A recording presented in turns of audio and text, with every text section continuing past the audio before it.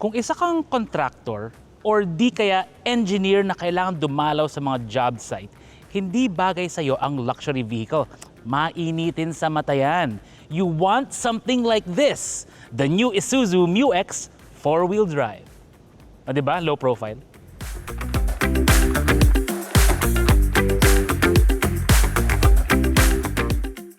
Hey everyone, Vince here from AutoIndustriya.com, and today we are checking out the new Isuzu MU-X, the ultimate in low-profile mobility. At least it used to be low-profile because this car does look good.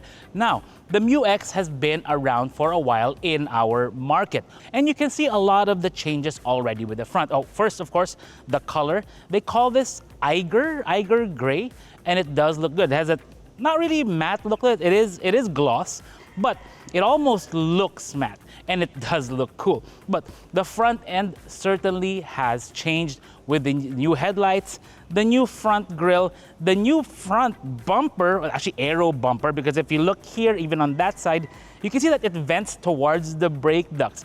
We never thought we'd see an Isuzu that likes to focus on aerodynamics, but here we are in 2025, they're doing it. If anything, it looks almost like it's inspired by, I don't know, Lamborghini to me. But what's great about the Isuzu is always going to be the diesel engine. This is powered by a 3-liter variable geometry turbo 4JJ3 TCX 3-liter turbo diesel engine, makes 190 PS and 450 Newton meters of torque with a 6-speed automatic with 4-wheel drive. But we'll talk about the nuances of the 4-wheel drive system. The vehicle itself, it's about 4.85 meters long. So it is fairly big, but not super big in terms of the overall size. I think the Ford Everest would still be larger than this. Actually, definitely larger than this in probably almost all respects. But where this does shine is when it comes to the capability, because your ground clearance, 235 millimeters, which is actually pretty good for a vehicle of this size. And also the water weighting, given that the intake, like we've shown you in many videos, is right up here, which is about 1 meter, over 1 meter from the ground, giving you 800 millimeters of water weighting depth. The back of the MU-X is really giving off, I know MU-X owners are gonna hate me for this, it's giving off a bit of a BYD vibe because of how they connected the rear taillights. Now, it doesn't light up in the middle. I think it's just like a black trim there, panel black trim, but it does look good overall. And one thing I've always liked about the MU-X is the height of the road. Again, I mentioned 235 millimeters, but that is usually the lowest point in the underneath the vehicle. So it's probably the bottom of that rear differential or the rear axle. So yeah, makes good sense. But again, it just looks so tall when you view it from afar. Like you see, it's really high, which I like. The rear bumper, very nice. Again, in this Eiger gray color. They have a diffuser thing going on there. Not really sure if it's going to be useful in a PPV. These don't go really, that fast. 4-wheel drive here, all that stuff. And of course, like I've shown you before, like just demonstrating with this magnet, the rear tailgate of this, it's not going to stick. Oh man, I dropped the DJI mic thing. But yes, it's non-magnetic because this is not made of metal. It's made of polypropylene plastic, PP plastic. Now, to open the tailgate, well, just press here and wait for it to open. There's actually a function in this vehicle where if you walk away, it will close on its own. There's like a little timer here. So keep that in mind. You can turn that off from near the driver's left knee. Now, the measurements here with the third row up, because this is a 3-row SUV, is about 16.5 inches, which is actually quite respectable. The width, you can see, is actually pretty good. But if we fold down the rear seats, Arnel, sige nga, patulong nga dito. If we fold down the rear seats, then the space will extend up to 45 inches from here to there. And like right there when it's folded there. And if we fold down the third row, you can see the space just expand even further. Oh, by the way, it has a tumble function where, well, I kind of deactivated now, but it gives you up to 68 inches in overall length right there. If it was 1 more inch, it would be even more perfect. That sounds weird to say in one of my reviews, but it is what it is. So yes, it's nice and useful, and the PP rear does help to keep the weight down overall. But still, the gross vehicle weight of this is about 2.8 8 metric tons or 2,800 kilograms overall. So keep that in mind. You have roof rails up top, which can hold up to, I think, 100 kilos of overall weight. So the roof rack and whatever else you want to put there. But in terms of space, plenty inside. Now let's go check out what's in the driver's seat. Oh, wait, over here.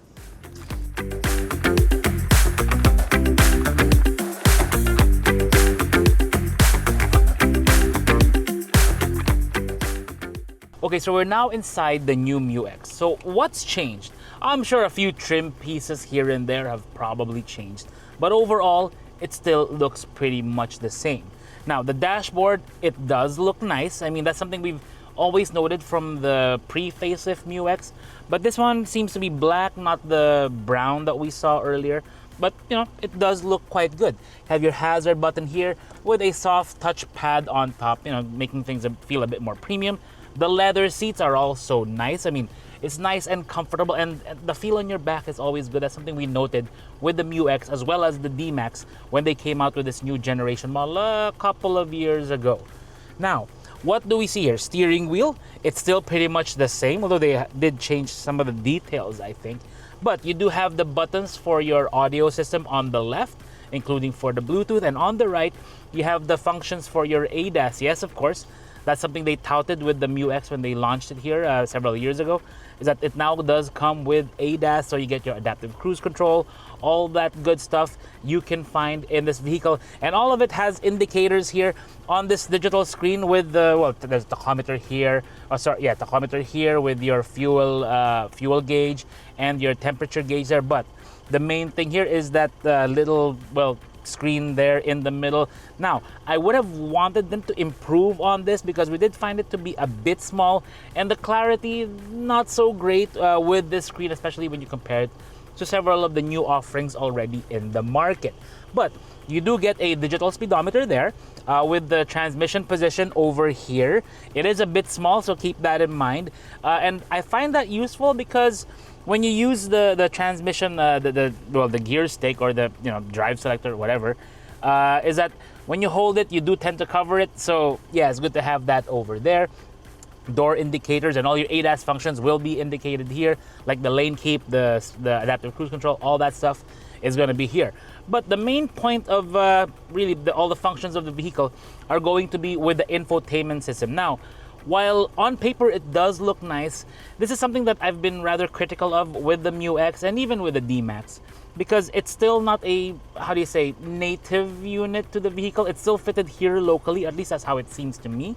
Which is why when you look at the clarity of the system, it's not perfect. The sharpness of the images is not going to be like at the grade of an OEM. It's still, I think, I'm not sure who's supplying this, but it is what it is. It does have a lot of the functions that you would want in a vehicle. So for example, my phone is on a wireless charging pad. Yes, this one does come with a wireless charging pad.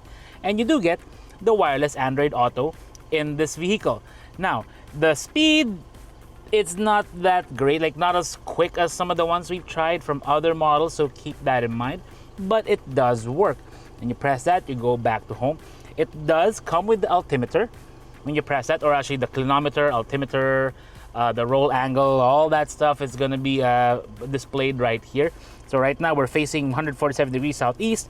We're at 39.3 meters above sea level. So all that stuff is going to come in useful, especially if you venture out into the mountains. So radio and the wireless Android Auto and wireless Apple CarPlay. So both of those are standard in this vehicle. It also has a DVR or digital video recorder or dash cam already built in. I go back there. So if I press that, it'll have all those files, and I can plug into a DVR USB port. You can download it to your USB stick if you want to save it for yourself, or like publish your adventures out in the mountains or wherever, or if you want to post something on social media, you can always do that here. Now, it does have a 360 camera. So if I press this, the AVM, so I press that, yeah, it does have a 360 camera. It does have a 3D or overhead style view. Again, door is open over there. But again, you can already see the issue here is that the clarity is kind of middling at best. It does give you a view of what's in the back, all that stuff. But if you compare it to a lot of other offerings, the clarity, not so great. So just below the dual zone climate control is going to be your wireless charger, where my phone is. You have your transmission lever here, your PRND, and if you pull it To the right, while you're in drive, you have the manual mode, push to shift up, pull to shift down, but given my hand, I'm just gonna put it into drive. Not that I use that feature that much anyway in an SUV unless I'm going off-road. Now, speaking of off-road, this is a four-wheel drive vehicle, but not quite in the traditional sense. Yes, it does have the drive system for the back and for the front to give you that four-wheel drive, but it's not a, how do you say, it is a locking like two high, four high, and then four low, but you don't get diff lock in this vehicle. There's no diff lock button here to lock the rear axle. And that for me is kind of unusual. What they always went with when they came out with the MU-X is going to be the rough terrain mode. And rough terrain mode, it does work. It is useful. However, most of us who like to go off-road would still want a simple push button rear diff lock to get us out of a jam, rather than relying on a system that in effect it just grabs the brake to give you more, at least a brake on a wheel that's free spinning, meaning no traction, to allocate that force to the wheel that it can actually use it. And that's how the principle of how these systems work. I would still, and I'm sure a lot of off-road enthusiasts would still prefer a far simpler rear diff lock, which is why we're not really gonna bother going off-road, because they didn't change anything mechanically. On the left side, yes, like I mentioned, the rear cooler master switch is here, along with opening and closing the rear lift gate. One thing I did notice though, and I'll show you the B-roll now, is the cup holder on this side. The quality control is really telling on this one because it doesn't fall flat. I mean, you can see it with this one, like right here. It's not flush neatly with the dashboard, which kind of, from a QC standpoint, kind of bugs me. Now, cup holders here, they're a bit small, but still useful. Here's the key fob of the vehicle. And the key fob has the remote start, lock, unlock, and then the tailgate open and close. Inside here, what do we see? Not much except for receipts and stuff. But really, it's quite a, like in terms of an upgrade, they really held back. And I really do wish they put in the 4x4 diff lock there. That would have been very, very useful. Up here, we don't have a digital rear view mirror. It's not even an automatic dimming rear view mirror, which again, they should have already included for this price. And given that it is a top spec model, yeah, it is what it is. Now, the back seat, the space there we've already noted is actually really nice. From the second row, it's really good if you want to ride in the back there. Or if you go to the third row is also pretty good because getting in and out is pretty easy because there is a way to tumble that rear seat to sit back there. And like I mentioned earlier, there's also a rear cooler there. So anyways, enough of that. Let's go take it out for a drive and see how this feels. Well, not off-road because nothing changed. We'll take it out on EDSA as usual.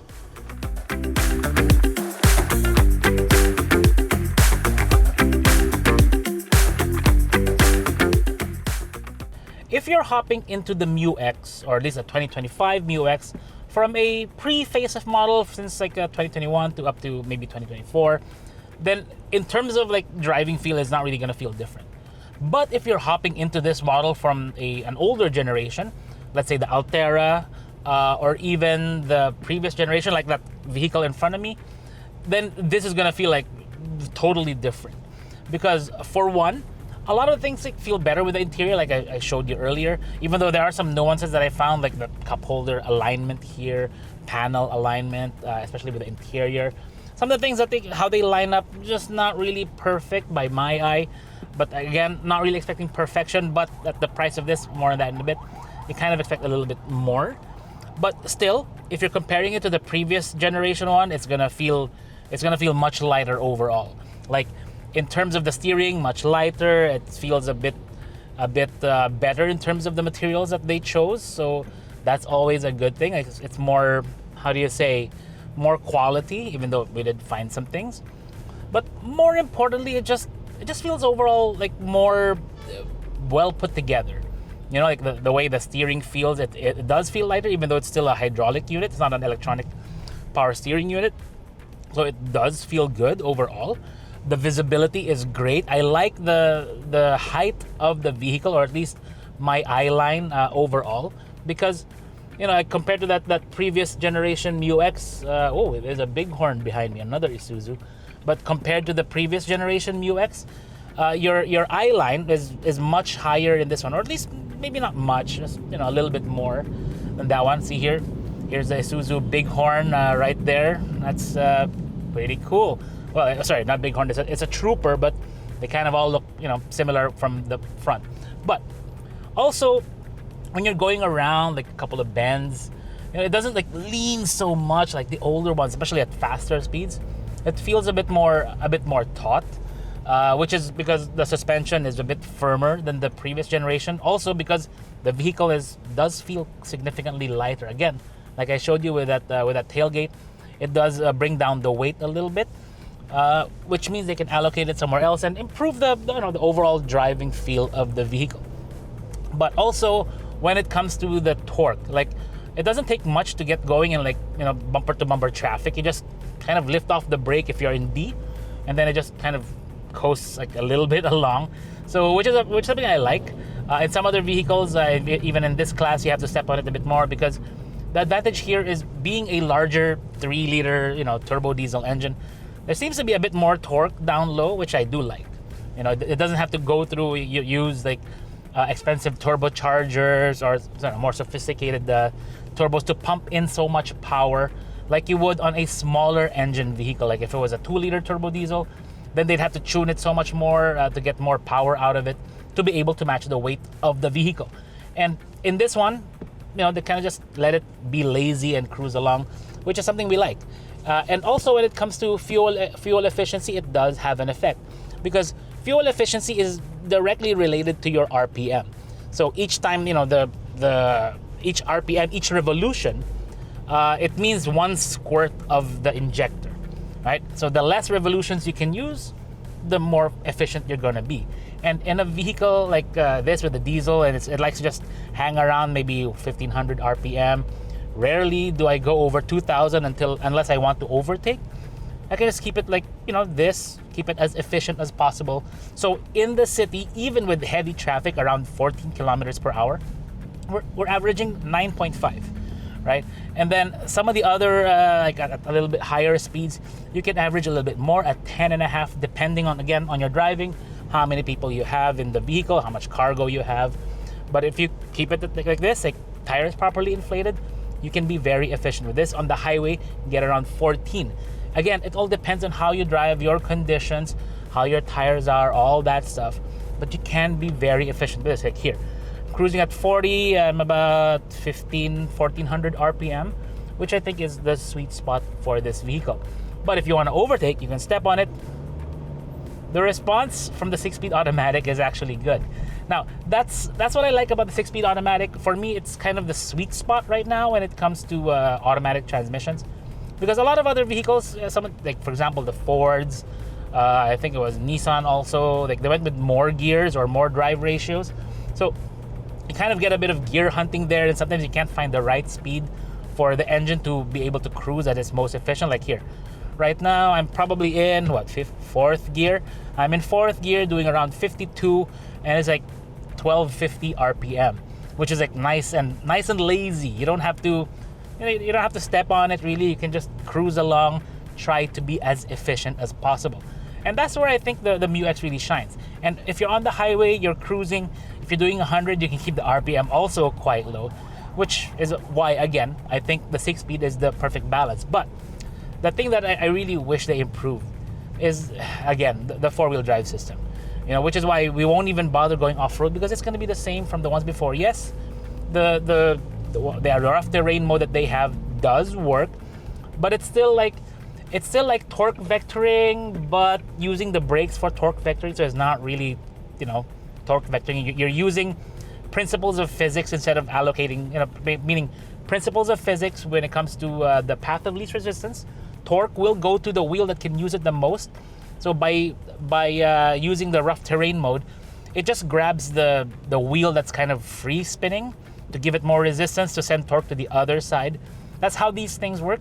And we kind of wish it was a bit more sophisticated, but that would cost more. But really, it's just put in diff lock, man, and call it a day, and then add in a few more features overall. But the key thing here is going to be really the price, and that's something we've noticed with Isuzus. they're getting more and more expensive. And later we'll talk about the pricing of this. But also, we kind of want Isuzu to do a bit more when it comes to their model range.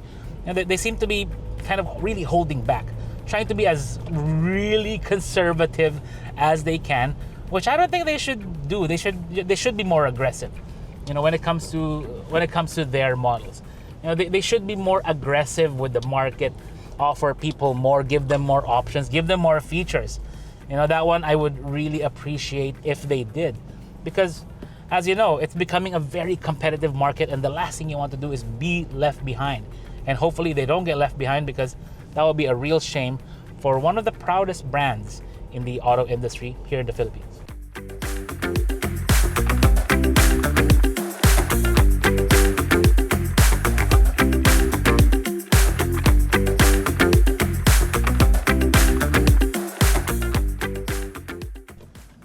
So is the Isuzu MU-X still relevant in 2025? Well, I am going to say yes, because a lot of the things we experience with the vehicle are going to be still solid, and probably still solid many years down the line.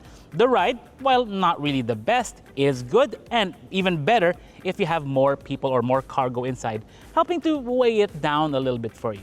And the handling, it's something we've also enjoyed with the MU-X, with this new generation, as well as the response and efficiency of the diesel engine, together with all these functions like the ADAS. But like I noted earlier, there are things that they need to improve on. Put in the diff lock, put in a better audio system, or at least a better touchscreen audio system, and put in all the features. It shouldn't have any more blank spaces for this vehicle now that we're already in the top spec model and a facelift, because usually as the model goes through its model life in showrooms, they tend to put more and more features.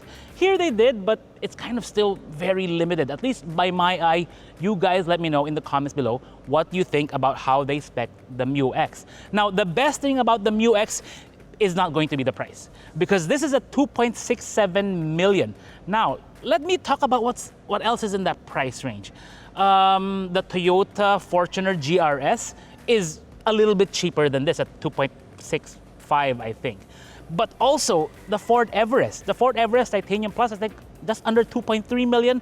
I mean, how is that? How can you be more than 400,000 or thereabouts more expensive than a larger Ford Everest with everything already on it, including the diff lock, a better screen, all that stuff? It still boggles the mind, but again, Isuzu, that's the one thing that they're really banking on, is going to be the reliability. But the best thing about the MU-X is that if you're a contractor or an engineer and you're driving one of these, no one is gonna give a